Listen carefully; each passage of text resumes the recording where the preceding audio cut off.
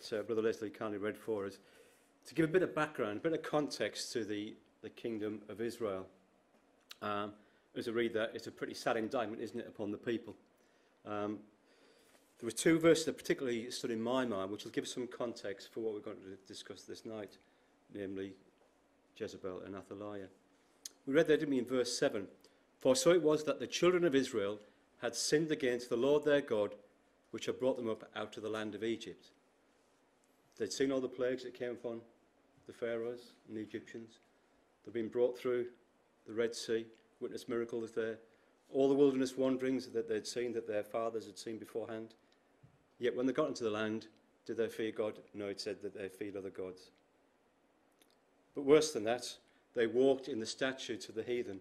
And Moses particularly told them, when you go into the land, if you keep my commandments, it will do well for you, and you'll have prolonged days in life.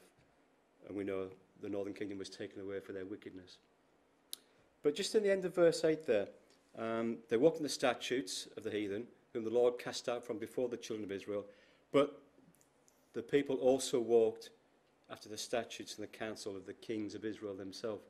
The kings were supposed to be promulgating God's word along with the Levites. The king was supposed to set the tone for the nation, how they should walk before God. But all they did was give a bad example. They worshipped other gods, and particularly Baal was one particular worship. But Jezebel and Athaliah, were they just passive queens going along with what the kings were doing? No, as we shall see, they were as bad, if not worse, than the kings of Israel. And in fact, Jezebel and Athaliah were actually motivators behind their husbands, the kings, and their offspring, to do evil and to do wickedly. And this indeed brought about the ultimate downfall of the nation of Israel. And so I want to, just in this brief talk this evening, just look at some of the passages, particularly in Kings and Chronicles. We're going to switch between the two to pick up the story and the narrative, and just pick up what kind of influence that these two women had upon the nation of Israel, the northern kingdom of Israel, upon their household, and particularly upon the people, because the people were easily led, weren't they, by the kings, and particularly the queens, as we shall see. Just the meaning of the word Jezebel, as we see there, it's often been translated Baal exalts, or Baal is husband, or unchaste. But when I've had a look at the word and the meaning of the word, different commentators say different things, so it's not really clear in what sense her name really means.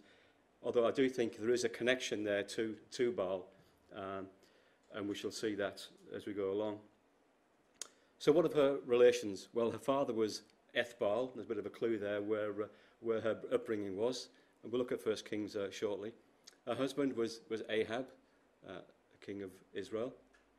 Her sons Ahaziah, Jehoram, that she had with Ahab. And there were 70 other sons that Jehu slew in retribution for their wickedness. Now, we're not sure whether they came from particularly Ahab and Jezebel together, or Ahab and other concubines or whatever. But you can read of those 70 in 2 Kings 10.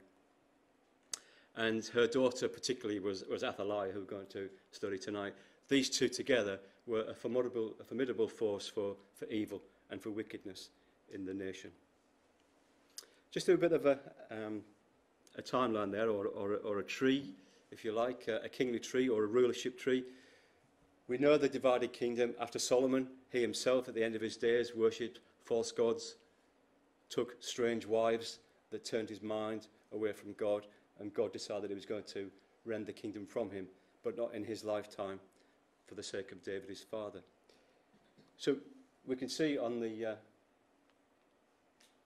not very clearly, I think the battery must be gone, on your right-hand side, Jeroboam is obviously the nation of Judah, and on the other side is Israel. And as we read through the times of the kings of Israel, how often do we read that such and such a king walked in the ways of Jeroboam, the son of Nebat, who made Israel to sin? And we saw an allusion to that in the reading there. We know how he set up the false worship, the two golden calves, and said, "Behold, these are thy gods that brought thee out of Egypt. Absolutely untrue. But he was very shrewd, he's very clever. He thought, well, if we don't have some form of worship in the northern parts of Israel, in Bethel and in Dan, then the people might want to go back to Jerusalem to keep the Passover and other festivals.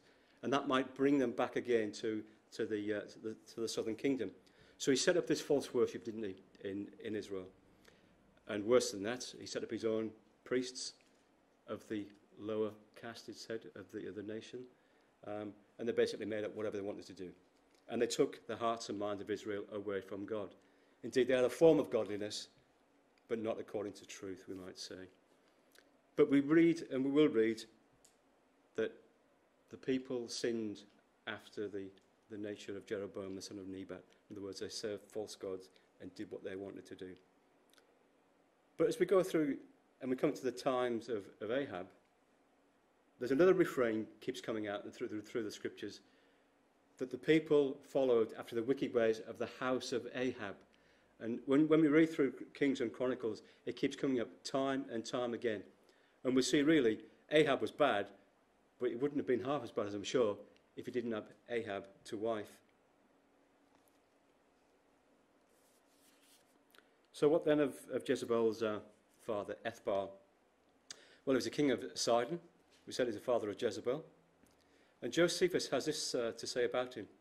He says, Ethbaal is called Ithobalus by Menander, who also said that he was a priest of Astarte, from which we get our Easter, and having put the king Pheles to death, assumed the scepter of Tyre and Sidon, and lived 68 years and reigned 32. Now we know Tyre and Sidon right on the doorstep of the northern tribes of Israel there. And clearly it was a mistake for Ahab to seek allegiance with such a wicked queen.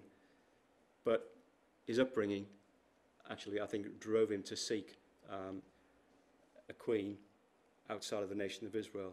And he was attracted to her for a number of reasons, which we'll consider. So we can see that Jezebel's upbringing then. Some have said that she may have been a priestess as well in the house of her father, who was the priest, that she ministered also to the goddess Astarte and to Baal and other false gods. We can't really prove that, but it would seem fairly reasonable, perhaps, that she would have some exposure to that. And it seems to be that she was quite zealous, because when she came to Israel, she forced her views and her beliefs upon Ahab, and likewise he had no problem in taking those things up. Now, when we look at Baal, there's many figures that have been made, many casts, many inscriptions have been found of this god Baal.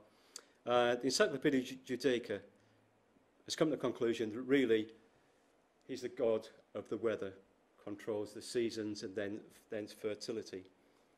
And we're going to see when we look at Elisha and the competition he had with the prophets of Baal, how this was going to be brought to a head, that the weather god was going to be defeated. So the story of Jezebel, I've sort of broke it down into three parts. We've got the conflict between the worship of Yahweh, the true God of Israel, and the worship of Baal. That's a conflict that continued all the way through until eventually Israel were taken away out of the land for their wickedness. And we looked at the episode of Naboth and his vineyard, and then finally the death of Jezebel and her family as God's divine retribution upon her family. So we'll look then at the conflict between the worshippers of Yahweh and the worship of Baal.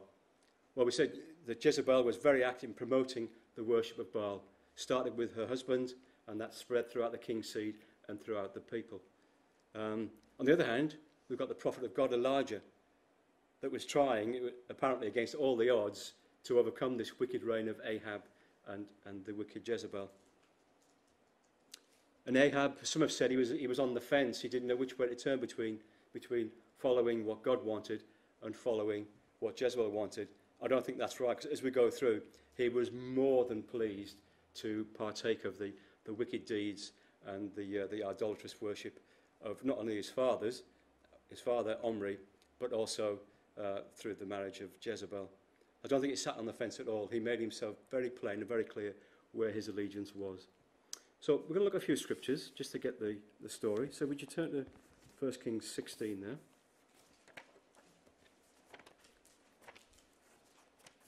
We just want to read, we've got a few seconds, just to get the context. We'll pick out some key verses that will basically give us a flavour of the influence that Jezebel had in the nation. So, 1 Kings 16, verse 29 there. And in the 38th year of Asa, king of Judah, began Ahab, the son of Omri, to reign over Israel. And Ahab, the son of Omri, reigned over Israel in Samaria 22 years. And Ahab, the son of Omri, did evil in the sight of Yahweh, above all that were before him. And it came to pass, as if it had been a light thing for him to walk in the sins of Jeroboam, the son of Nebat, that he took to wife Jezebel, the daughter of Ethbaal, king of the Zidonians, and went and served Baal, and worshipped him. But he did more than that, didn't he? Verse 32. And he reared up an altar for Baal in the house of Baal. So not only was an altar, there was a house there as well, which he had built in Samaria. And Ahab made a grove, and Ahab did more to provoke the Lord God of Israel to anger than all the kings of Israel that were before him. This is not a man sitting on the fence, is it? This is a man that's really active, you know. We're not sure if he actually built the temple to Baal, but we know from other historians that part of God's temple was actually deconstructed to get materials to use in the worship of Baal, to build a temple of Baal. So we just got the key points there. He did evil in the sight of Yahweh above all that were before him. Now that's no light phrase, is it? We've had Jeroboam, the son of Nebat, he said, that made Israel to sin. Omri did even more wickedness. And he said now that Ahab did even more than that again. And you can almost hear the incredulity in the writer of the Kings there. He says, not only was he that bad, but he had the gall to marry Jezebel, the daughter of Ethbaal, as though it had been a light thing, as always provoking the God of Israel, doing all these things, and then going against the commandments of God by taking a wife from a strange or a foreign country, when they were particularly told under the law of Moses to marry only of their own kind. The reason being, as Solomon found out, their minds would be taken away from serving the true God to worship the gods of the nations. And the Apostle Paul, doesn't he, when he speaks to in the Corinthians, marriage is only in the Lord. Because there's a simple principle there. You know, if two are together, walking together, on the same mind, doing the same things, if it's in a godly sense, then it'll be good. But if two are of the same mind, walking together, doing ungodly things, then that can only lead to destruction. And that's what Ahab found when he married Jezebel. We see there, he served Baal, worshipped him, and reared up. So Ahab didn't sit on the fence. He was very active. So was God going to allow this wickedness to continue? Was he just going to allow Elijah to suffer at the hands of Ahab and Jezebel?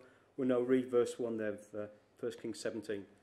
That Elijah the Tishbite and Elijah the Tishbite was of the inhabitants of Gilead, said unto Ahab, as the Lord God of Israel liveth, before whom I stand, there shall not be dew nor rain these years, but according to my word. That was a very brave thing to do, wasn't it? Given what was going on throughout the whole of the northern tribes there, you know, the people were given to idolatrous worship.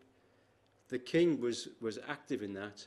And there's Elijah coming before the king, said, before the God whom I stand. That's a wonderful lesson for ourselves. We live in a very similar age, an idolatrous society we live in, don't we? Where people will do whatever they wish to do. But Elijah there, he thought he was alone. There was others around him. But as far as he was concerned, he seemed to be, like John the Baptist, the voice of one crying in the wilderness. But nevertheless, he had the strength to do that. Now, this is the challenge now. Will Baal, the weather god that controls everything, would he be able to go against the word of Elijah? He said there will not be any dew, not just rain, but even dew. God was going to control the atmospheric conditions, that there wouldn't be a dew nor rain unless God said so. So this was a challenge now that God was going to put through Elijah. Is Baal, the weather god, going to be the one that he should choose? Or is it going to be the God of Israel that controls everything, that created everything? And that was going to be the test. So I think we know the story quite well, don't we, about that? But I just want to pick up some verses here, continuing verse chapter 18, verse 17 to 24. Just pick up some verses here. So it came to pass, verse 17, when Ahab saw Elijah, that Ahab said unto him, Art thou he that troubleth Israel? Now the goal of this man, Elijah the prophet of God, he says, you're troubling Israel. Well, the king Ahab, he was doing everything he could to trouble Israel by taking away their very lives, by taking away from God. So the goal of the man to say to Elijah, are you the one that troubles Israel? No, he's wanting to come to save Israel. But he answered, I have not troubled Israel, but thou and thy father's house, in that ye have forsaken the commandments of the Lord, and thou hast followed Balaam.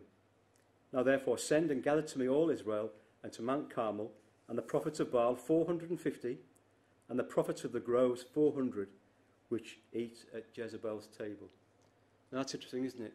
We can see the promotion here of Baal and the worship. Didn't say Ahab's table, did it? It said Jezebel's table. She was actively encouraging, supporting, feeding all these priests and prophets of Baal. As we go through there, there's just a couple of verses there that are interesting. So verse 20, so Ahab sent unto all the children of Israel and gathered the prophets together unto Carmel.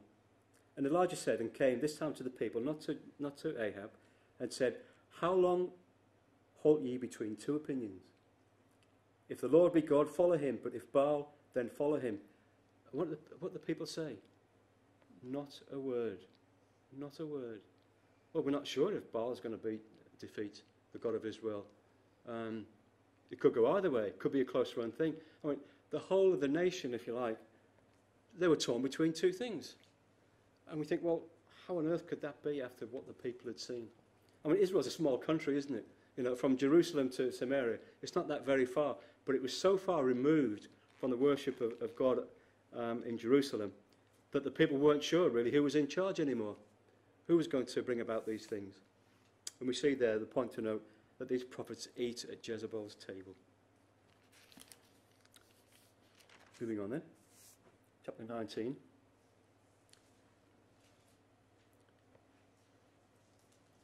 At this point, the prophets of Baal were totally defeated, weren't they? And the God of Israel defeated them and was true to his word, and the rain came according to the word of God. But we're interested more in Jezebel. Chapter 19, verse 1. Ahab told Jezebel all that Elijah had done, and withal how he had slain all the prophets with the sword. Now, it didn't rain for quite a long time, did it? 3 years. And the people could have thought, well, yes, they said, didn't they, that Yahweh, he is God, and that Baal had been defeated. So Jezebel, you think, might have been humbled now to say, well, actually, we must admit that this weather god did nothing because the God of Israel controlled the weather and brought the rain. But was she humble? Was she humbled by that? No. We read there that Jezebel sent a messenger unto Elijah, saying, So let the gods do to me, and more also, if I make not thy life as the life of one of them by tomorrow about this time. And when he saw that, he arose and went for his life. This was a woman that was shameless, but she was very astute, wasn't she? If she gets rid of Elijah, and the people won't hear the word of God, then I'll reinstate more prophets of Baal and more priests of Baal, as if she could defeat the God of Israel and his prophets. But such was the nature and the character of this hardened woman. She was very astute politically as well, as we shall see in the episode of Naboth. Would you turn there to 1 Kings 21? Now, we know this story, so I'm not going to read it all, but Ahab, Jezebel's husband, as we know, wanted a vineyard that was near his villa or his palace near Jezreel. Naboth didn't want to sell his inheritance, and so Jezebel decided that she was going to take matters in her own hand and would arrange for the death of Naboth. So just look at verse 7 there. So she wrote letters in Ahab's name and sealed them with his seal, and sent the letters unto the elders and to the nobles that were in his city, dwelling with Naboth. And she wrote in the letters, saying, Proclaim a fast and set Naboth on high among the people. And the rest we know very well, don't we? So she was very crafty. She was very cunning. She went behind the king's back, took his seal, and sent a letter. He didn't know what was going on. This is how weak Ahab was. But she did this. She wasn't going to let the God of Israel win, how much less than this lowly servant Naboth? She wasn't going to stand in his way. He wasn't going to stand in her way, rather. So she said, I will give thee the vineyard of Naboth, the Jezreelite. Now it's interesting that as we go through the account there, he says that there was none like unto Ahab, which did sell himself to work wickedness in the sight of Yahweh. But it was because of Jezebel, his wife, that stirred him up and encouraged him in all these things, that he did this wickedness. So we think perhaps the king was in charge, but really, I think Jezebel was the absolute driving force behind this marriage. And God was allowing this, partly as punishment for the people that were doing their wicked ways, but he wasn't going to let, obviously, this Phoenician woman to usurp authority over him. But we can see, though, can't we, that a weak husband and a forceful wife is a recipe for disaster if the marriage is not conducted under the precepts and commandments of God. If it is, then the weak husband will be supported by the forceful wife, and vice versa. But in this relationship, an ungodly relationship, it was to be the undoing of Ahab and his household.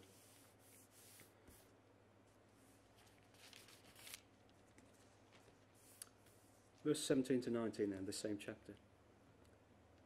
And the word of Yahweh came to Elijah the Tishbite, saying, Arise, go down to meet Ahab, king of Israel, which is in Samaria. Behold, he is in the vineyard of Naboth, whither he is gone down to possess it.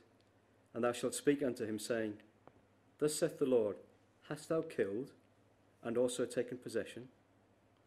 Well, he hadn't really killed, had he? No, his wife had done that, but as far as God was concerned, the head of the family was the husband, was the king. So whatever acts his wife had done, he was responsible for that, and he should have taken more control of the situation. But he didn't, but God lays the responsibility at his doorstep. And thou shalt speak, he continues unto him, saying, Thus saith the Lord, In the place where dogs lick the blood of Naboth, shall dogs lick thy blood, even thine. So there's a real irony here, isn't there? A real retribution from God. You think you've got away with this? Well, his blood was spilt. Guess what? Your blood's going to be spilt in the same manner. But, verse 23 there, and of Jezebel also spake the Lord. God obviously knows what's in the heart of men and women, and he knew exactly what was going on in this relationship. He knew that Jezebel was the driving force behind it. So she wasn't going to get away with this at all. And he said, The dog shall eat Jezebel by the wall of Jezreel. Now, Ahab was going to die in Naboth's vineyard, but God has obviously chosen particularly the walls of Jezreel and the timing to suit her death. We're going to consider that. Just keep a marker there. We're going to go 2 Kings now for another reference here.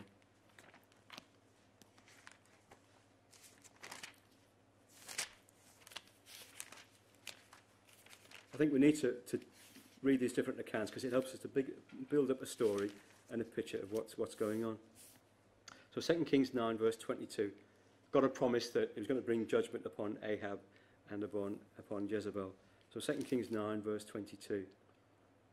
And it came to pass when Joram saw Jehu that he said, Is it peace, Jehu? And we know that Jehu was going to be the one that's going to bring the judgment upon the house of Ahab. And he answered, What peace, so long as the whoredoms of thy mother Jezebel and her witchcrafts are so many? He didn't say, How awful is your father, what he's done in the nation. No, again, the word that came to Jehu was that it's the whoredoms of your mother Jezebel and her witchcrafts. This is what's going to bring all this about. And we know the account that Jehu went on to destroy and to kill Joram, the son. But we just want to look at verse 30 here of this chapter. When Jehu came to Jezreel, as God had promised, Jezebel heard of it, and she painted her face and tied her head and looked at a window. And as Jehu entered in at the gate, she said, Had Zimri peace who slew his master? In other words, if you slay me, will you have peace, Jehu? Well, Jehu was pretty hardened and he wasn't going to have any of this. What did he do? Verse 32, he lifted up his face to the window and said, Who is on my side? Who? And they looked out to him, 2 or 3 eunuchs, and he said, Throw her down. So they threw her down and sprinkled some of her blood, and some of her blood, rather, was sprinkled on the wall and on the horses and he trod her underfoot with his horse. Just pause there for a minute. She thought that she could make herself attractive to Jehu, that by craft and stealth she could lure him, as she'd done with Ahab. You know, no doubt she had Ahab around her little finger, so to speak.